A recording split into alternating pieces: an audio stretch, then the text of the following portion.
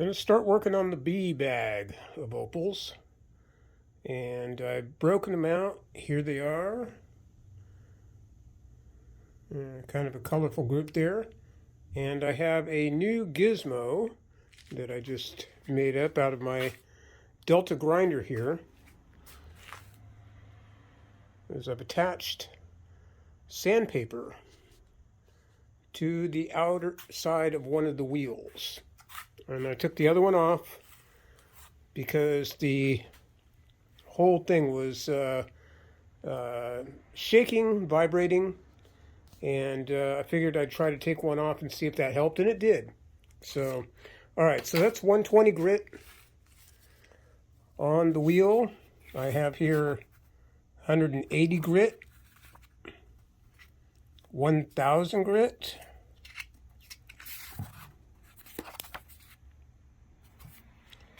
and 1500 grit.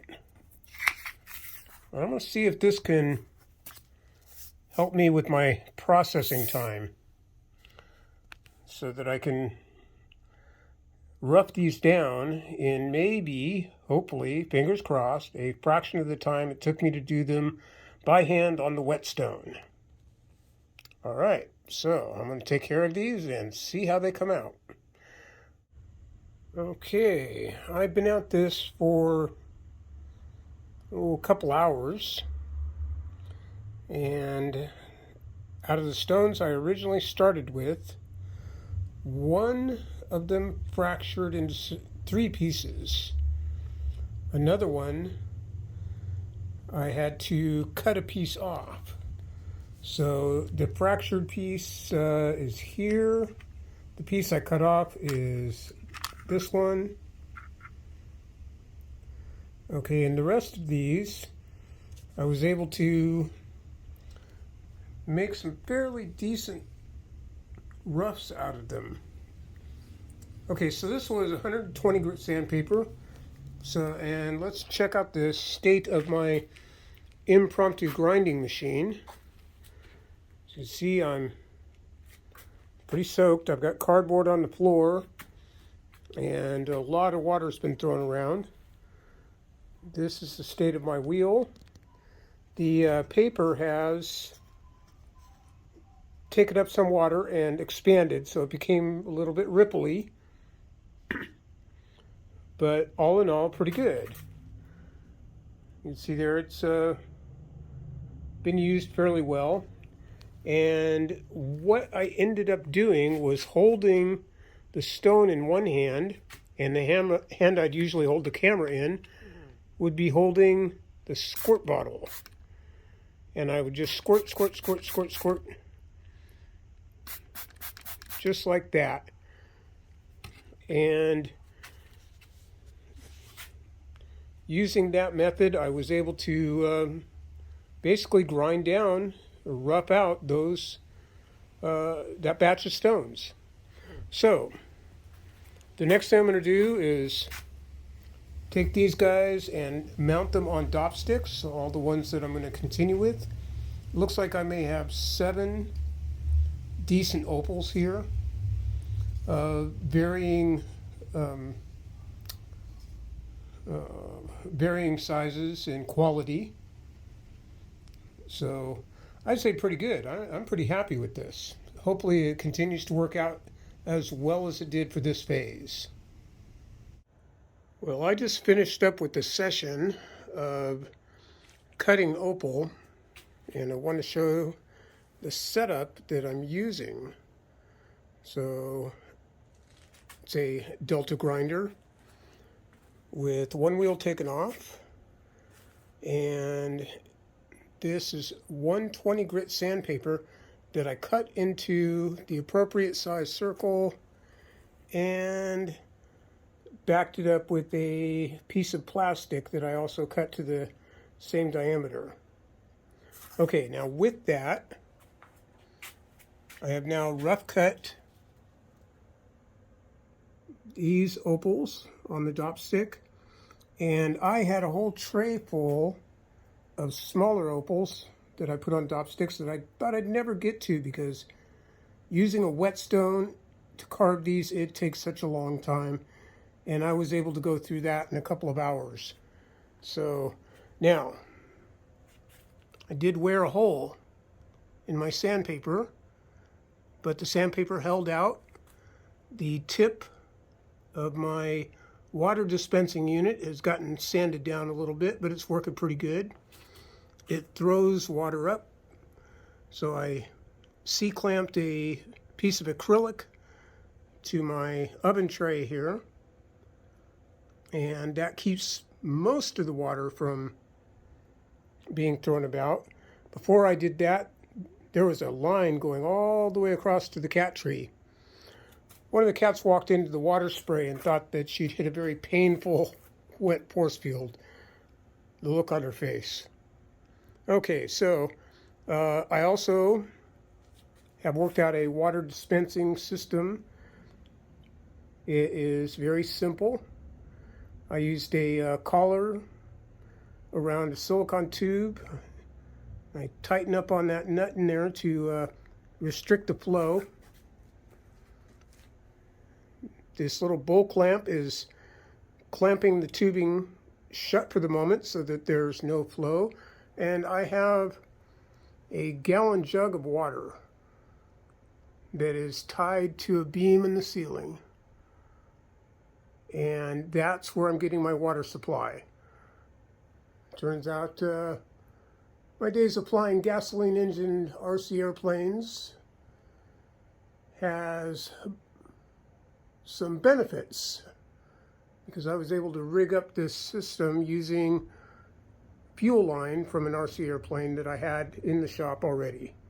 So, okay, there we go. There's an overview. I need to change this paper. I think I'm going to skip the 180 grade and go directly to 1000. 1000 grit. And use that to put a fine polish on these larger stones, and if the paper holds up, I will come over here and do some of these guys. And depending on how that looks, if 1000 grit is sufficient, I might go from there to polishing. Actually, I'll polish up a stone just to check it out, and if it polishes up good, I'll stop there. If it doesn't, I'll go to 1500 grit on the wheel. All right, that's it for now.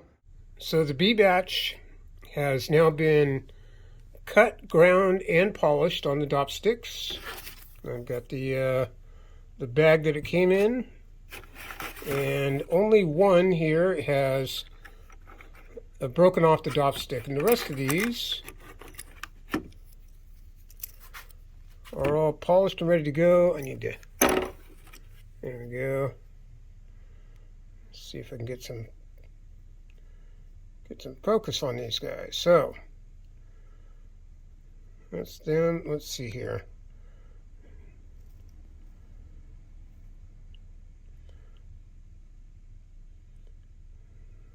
All right, now I'm looking at them through the video screen here, and they don't look nearly as good as they do with the regular, direct visual eyesight. So I'll put some of these down. Let's take these one at a time. I'm going to go close up on them. There we go.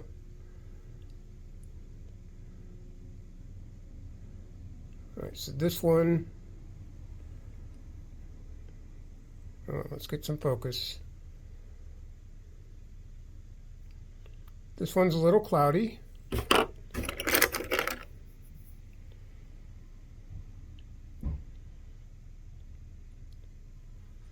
This one looks pretty good. There we go.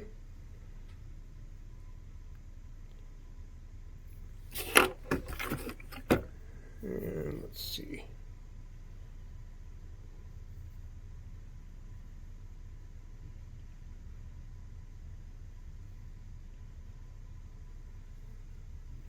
So they've got some good play of color.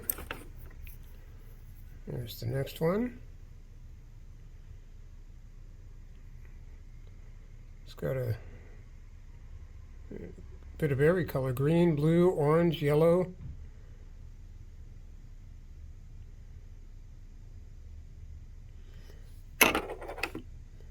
And let's see here.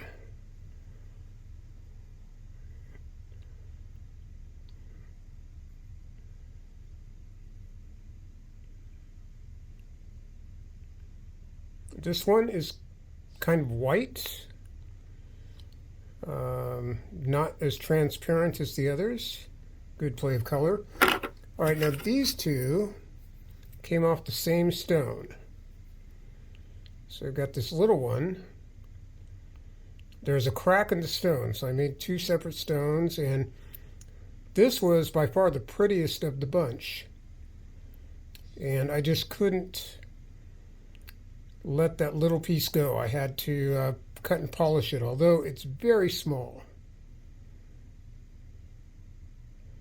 But the colors in this one are just gorgeous. And then the one that broke off the dop stick doesn't have too much color at all. It's basically transparent with some hints of color.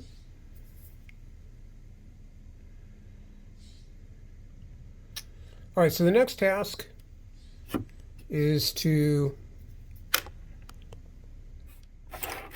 take these guys and cut them off the sticks and sand down the backs of the stones, the bottom, a little bit. I'm not going to polish the bottom of the stones. And then after that, we get to weigh them, see how much the total is. Okay, this is a batch of smaller opals that I had put onto dop sticks as they were rough cut when I put them on the dop stick. And then I cut them. So I'm going to pick them all up here if I can. And there's a couple of them that are not on dop sticks here. Let's see, we don't need that. Let's see if I can get them all. All right, there is a fistful of opal.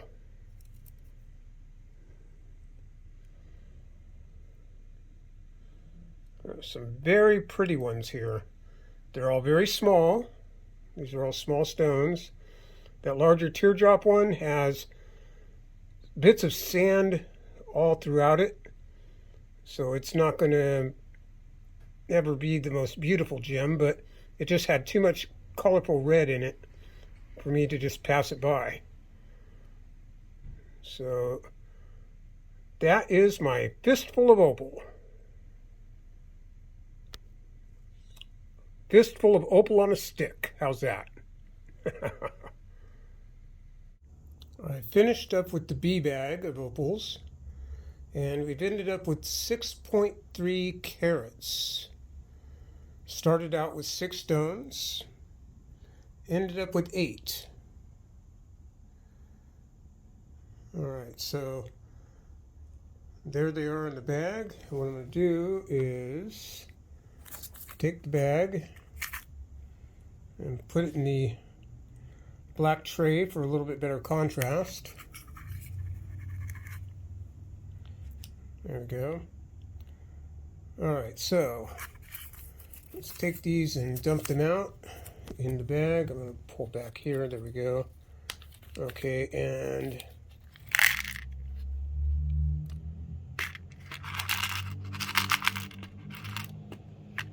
there.